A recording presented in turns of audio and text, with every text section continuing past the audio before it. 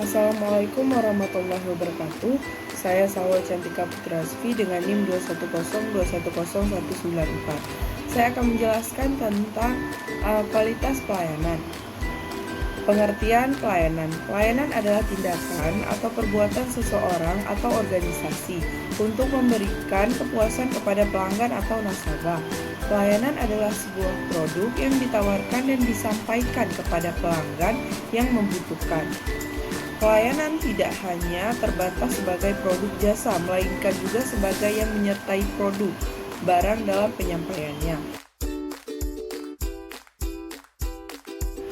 Pelayanan yang berkualitas.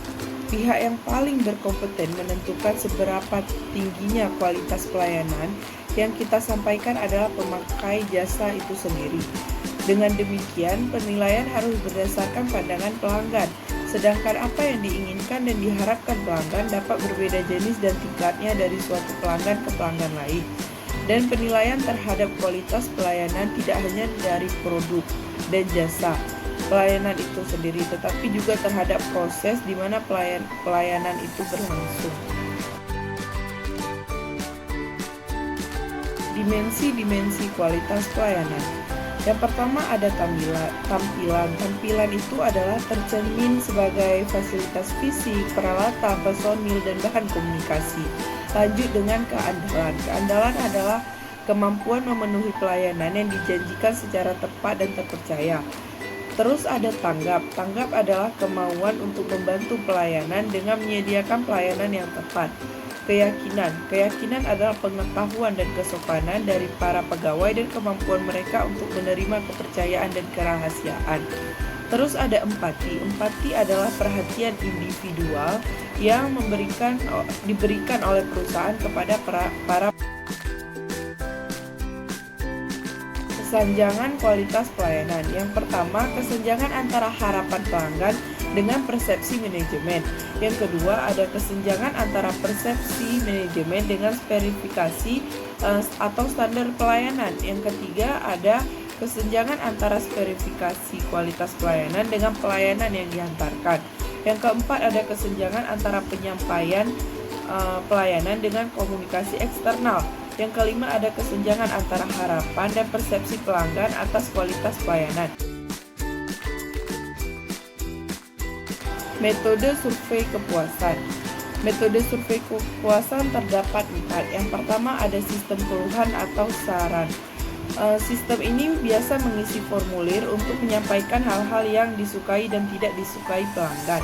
Terus ada survei kepuasan pelanggan.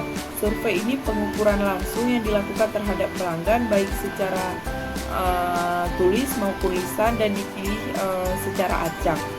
Terus ada ghost shopping. Ghost shopping ini dilakukan secara menggaji seseorang untuk bertindak pura-pura sebagai pelanggan. Yang terakhir ada lost customer analysis. Lost customer analysis menghubungi kembali pelanggan yang berhenti membeli atau lari ke pelosok. Perbaiki kualitas pelayanan. Yang pertama ada melayani dengan sepenuh hati. Pelayan yang baik pada akhirnya akan mampu memberikan kepuasan kepada pelanggan. Faktor utama yang berpengaruh adalah sumber daya manusianya. Pembekalan sangat diperlukan melalui pendidikan dan pelatihan sebelum dan sesudah menjadi karyawan. Memperbaiki dimensi pelayanan yang dari dalam maupun dari luar. Terus ada hal-hal yang perlu diperhatikan oleh segenap karyawan.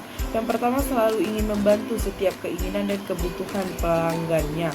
Yang kedua, ada selalu memberikan perhatian terhadap permasalahan yang dihadapi pelanggannya. Yang ketiga, ada sopan dan ramah dalam melayani pelanggan tanpa melakukan diskriminasi dalam bentuk apapun.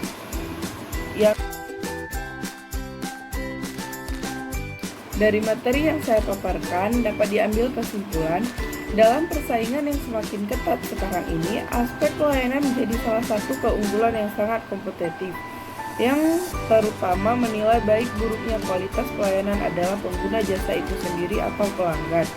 Dimensi-dimensi pelayanan dapat digolongkan menjadi 2, dimensi dari dalam maupun dari luar.